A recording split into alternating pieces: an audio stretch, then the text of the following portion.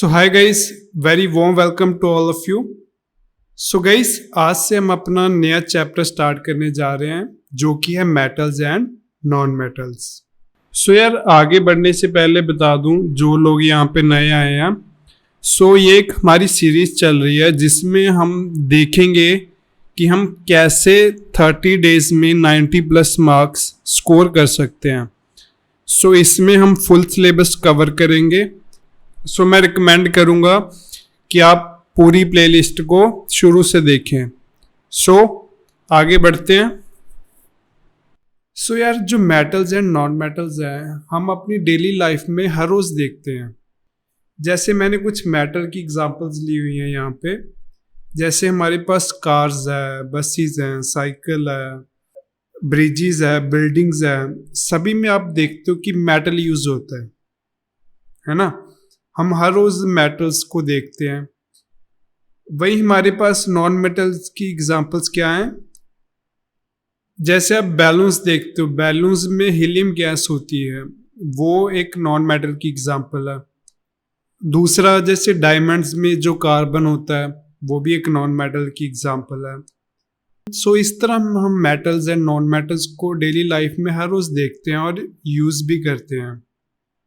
आज हमें इस चैप्टर में कुछ फिजिकल प्रॉपर्टीज, केमिकल प्रॉपर्टीज और कुछ और चीज़ें मेटल्स एंड नॉन मेटल्स के बारे में स्टडी करना है। सो हम एक एक करके देखते हैं सभी चीज़ों को। सो पहली फिजिकल प्रॉपर्टी क्या है कि सभी मेटल्स सॉलिड फॉर्म में होते हैं एक्सेप्ट मरकरी। जैसे हम अपनी डेली लाइफ में भी देखते हैं, जो गोल्ड है, सिल्वर है, आयरन है, सभी सॉलिड है। सिर्फ मरकरी यहाँ पे एक्सेप्शन है, बाकी सभी मेटल्स हमारे सॉलिड फॉर्म में होंगे। सेकंड प्रॉपर्टी होती है lustre, which means metals have a shining surface. जैसे हम सभी मेटल्स में देखते हैं, ऑलमोस्ट सभी मेटल्स का सरफेस जो होता है वो शाइनिंग सरफेस होता है। चाहे आप गोल्ड ले लो, सिल्वर ले लो, स्टील ले लो, सभी मेटल्स का जो सरफेस है वो एक शाइनिंग सरफेस होता है ना। तीसरी फिजिकल प्रॉपर्टी यहाँ पे क्या बताई गई है कि कहना मेटल्स हैव हाई डेंसिटी, मतलब मेटल्स जो है वो भारी होते हैं। एक्सेप्ट, यहाँ पे कुछ एक्सेप्शंस दी हुई हैं, जैसे लिथियम है, सोडियम, पोटाशियम। इन तीनों को छोड़कर जो हमारा मेटल्स हैं उनकी डेंसिटी हाई होती है, मतलब वो भारी होते हैं। नेक्स्ट है हमारे पास प्रॉपर्टी कि metals are highly malleable. Malleable मतलब क्या होता है कि हम उनको पीट सकते हैं, मतलब उनको पीट कर हम उनकी शीट्स बना सकते हैं। जैसे आपने देखा होगा कि गोल्ड है, सिल्वर है, उनकी बहुत पतली शीट्स आती हैं जिससे कि आगे जैसे वायर बनती है या और भी कई चीज़ें बनती हैं।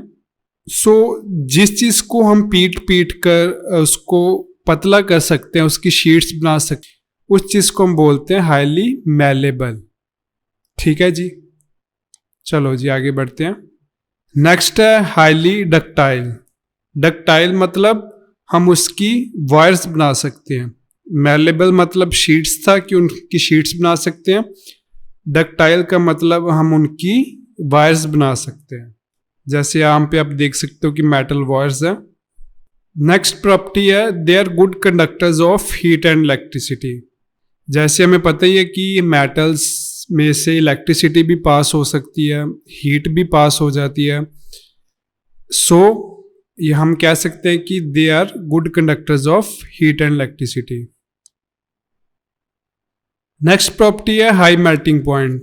जो मेटल्स है उनका मेल्टिंग पॉइंट काफ़ी हाई होता है। सो ये भी एक फिजिकल प्रॉपर्टी हो गई मेटल्स की। यहाँ पर भी एक एक्सेप्शन है, सिर्फ मरकरी को छोड़कर, क्योंकि मरकरी का जो मेल्टिंग पॉइंट है वो लो होता है। मरकरी के अलावा सभी मेटल्स का मेल्टिंग पॉइंट हाई होता है। सो यार, ये थी कुछ फिजिकल प्रॉपर्टीज मेटल्स की। अभी हम फिजिकल प्रॉपर्टीज देखेंगे नॉन मेटल्स की। जैसे आप यहाँ पे एग्जांपल्स देख सकते हो नॉन मेटल्स की। हमारे पास ब्रोमाइन है, सल्फर है, डायमंड है, ऑक्सीजन है। सो गाइस, जो नॉन मेटल्स होते हैं वो तीनों स्टेट्स में पाए जाते हैं। जैसे हमने मेटल्स देखा था वो जनरली सॉलिड स्टेट में पाए जाते हैं, बट जो नॉन मेटल्स हैं वो तीनों स्टेट में होते हैं, डेट इज सॉलिड में भी होते हैं, लिक्विड में भी होते हैं और गैस में भी होते हैं। जैसे कुछ एग्जांपल्स दी हुई है, सॉलिड में हमारे पास सिलिकॉन कार्बन होता है, लिक्विड में ब्रोमीन है, गैसेस में क्लोरीन फ्लोरीन ऑक्सीजन होता है। सो ये कुछ फिजिकल प्रॉपर्टीज है नॉन मेटल्स की। नेक्स्ट प्रॉपर्टी क्या है हमारे पास, ये नॉन लस्ट्रस होते हैं। नॉन लस्ट्रस मतलब इनका जो सरफेस है वो नॉन शाइनिंग सरफेस होता है। यहाँ पे एक एक्सेप्शन है, वो है आयोडीन। सिर्फ आयोडीन को छोड़कर सभी नॉन मेटल्स का जो सरफेस है वो नॉन शाइनिंग होता है। आगे क्या कह रहा है, लेस डेंसर देन मेटल्स। ये मेटल से कम भारी होते हैं।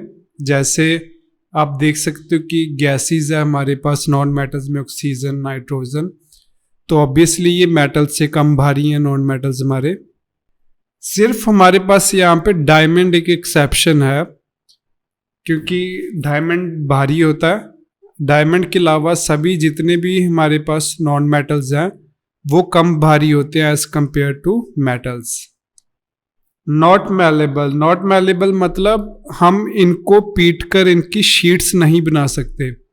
जैसे हमने मेटल्स में देखा था कि हम उनको पीट पीट कर शीट्स बना लेते थे, ये चीज इसमें नहीं है। और साथ में ये नॉन डक्टाइल भी हैं, मतलब इनकी ना ही वायर्स बन सकती हैं। नेक्स्ट है, they are bad conductors of heat and electricity. And last है हमारे पास low melting and boiling point, मतलब इनका मेल्टिंग एंड बॉइलिंग पॉइंट भी लो होता है। सो गाइस, ये थी फिजिकल प्रॉपर्टीज नॉन मेटल्स की।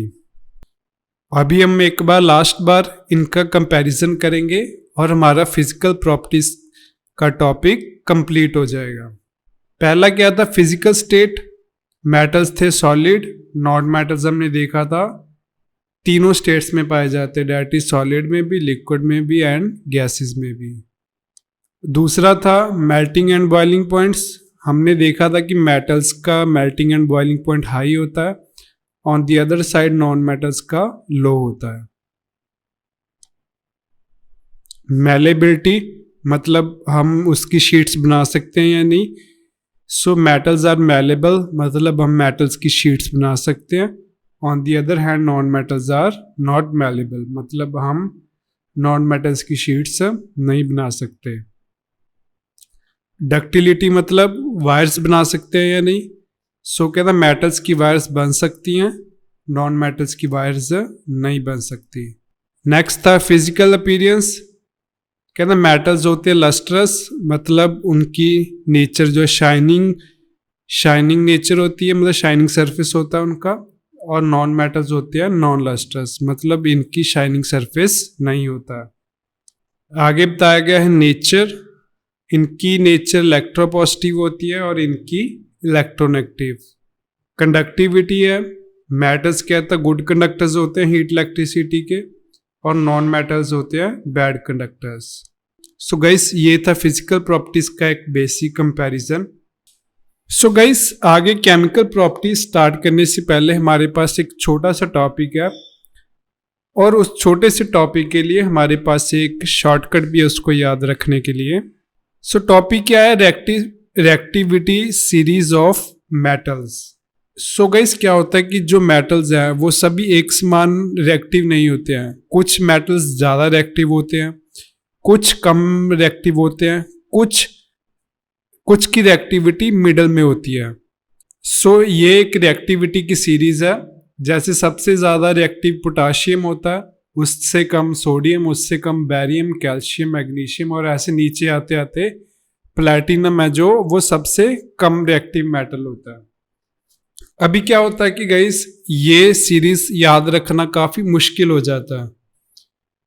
ये जनरली ऐसे याद नहीं रहता क्योंकि इससे क्वेश्चंस बन सकते हैं, है ना, हमें एग्जाम में क्वेश्चंस बन सकते हैं। सो ये रिएक्टिविटी सीरीज को याद करने के लिए हमारे पास एक शॉर्टकट है, या एक निमोनिक्स बोलते हैं जिसको वो हम याद करेंगे। सो वो क्या है, कहता popular scientist can make a zoo in the low humid country more satisfactorily. So guys जो ये शॉर्टकट होते हैं ना, इसको क्या आपको दिमाग में बिठाना होता है। जैसे लाइन में क्या बोला कि ना, popular scientist can make a जू, कि कहता है जो यार फेमस साइंटिस्ट है ना, पॉपुलर साइंटिस्ट, वो ही जू बना सकते हैं लो ह्यूमिड कंट्री में, जहाँ पे ह्यूमिडिटी कम है, ऐसी कंट्री में सिर्फ पॉपुलर साइंटिस्ट ही जू बना सकते हैं मोर सेटिस्फैक्टरली, मतलब ज़्यादा तसल्ली बख्श।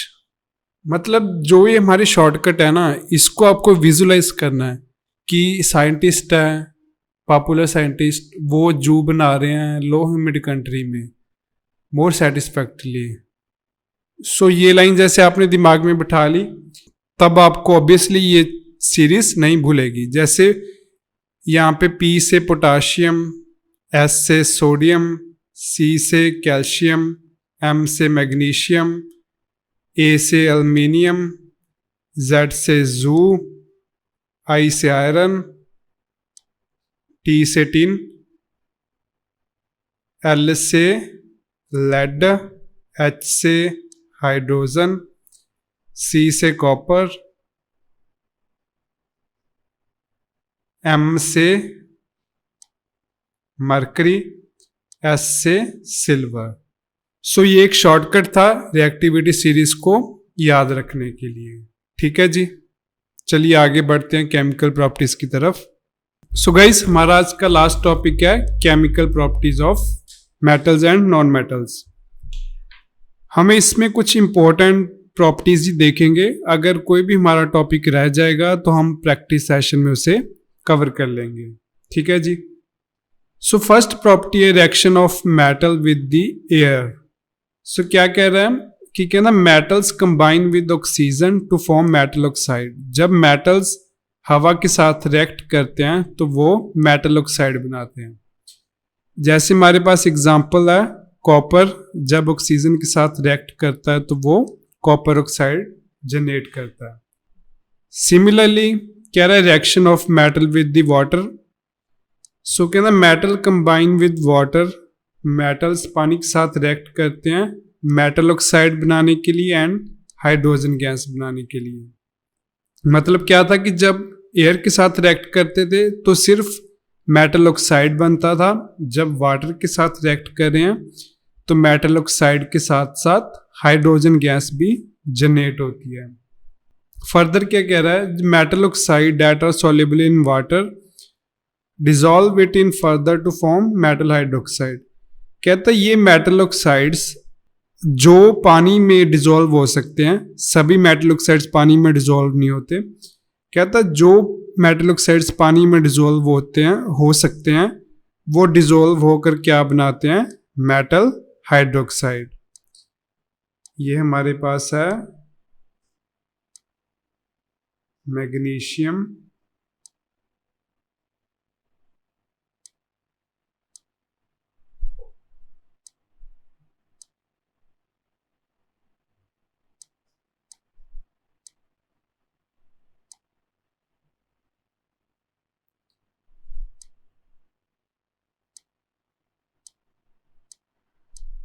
हाइड्रोक्साइड। ठीक है जी। मतलब सबसे पहले जब मेटल पानी में रिएक्ट करता है तो वो मेटल ऑक्साइड बनाता है, साथ में हाइड्रोजन गैस। अगर ये मेटल ऑक्साइड पानी में डिसॉल्व हो सकता है, हो सकता हुआ, तब ये आगे डिसॉल्व होकर बना देगा मेटल हाइड्रोक्साइड। ठीक है जी। ये थी मेजर केमिकल प्रॉपर्टीज मेटल की।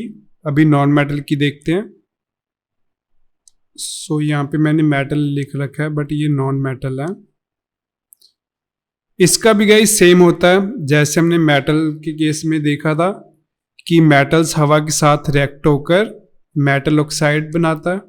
सो यहाँ पे आप देख सकते हो कि हमारे पास कार्बन है,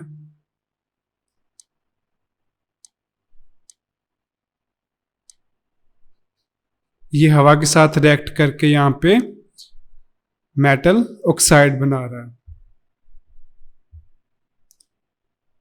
और दूसरा reaction with water. So guys जो नॉन मेटल है वो पानी के साथ रिएक्ट नहीं करते। ठीक है जी। आई होप गाइस कि आपको ये चैप्टर समझ में आया होगा। अगर इसका कोई भी इंपॉर्टेंट टॉपिक रह गया होगा तो इसके लिए हम फर्दर वीडियो बना देंगे या हम इसको प्रैक्टिस सेशन में कवर कर लेंगे। यहाँ तक अगर आपको कोई भी टॉपिक नहीं समझ में आया तो मैं आपसे रिक्वेस्ट करता हूँ कि वीडियो को दोबारा से देखें। So till then, thanks guys for listening me. See you in next chapter.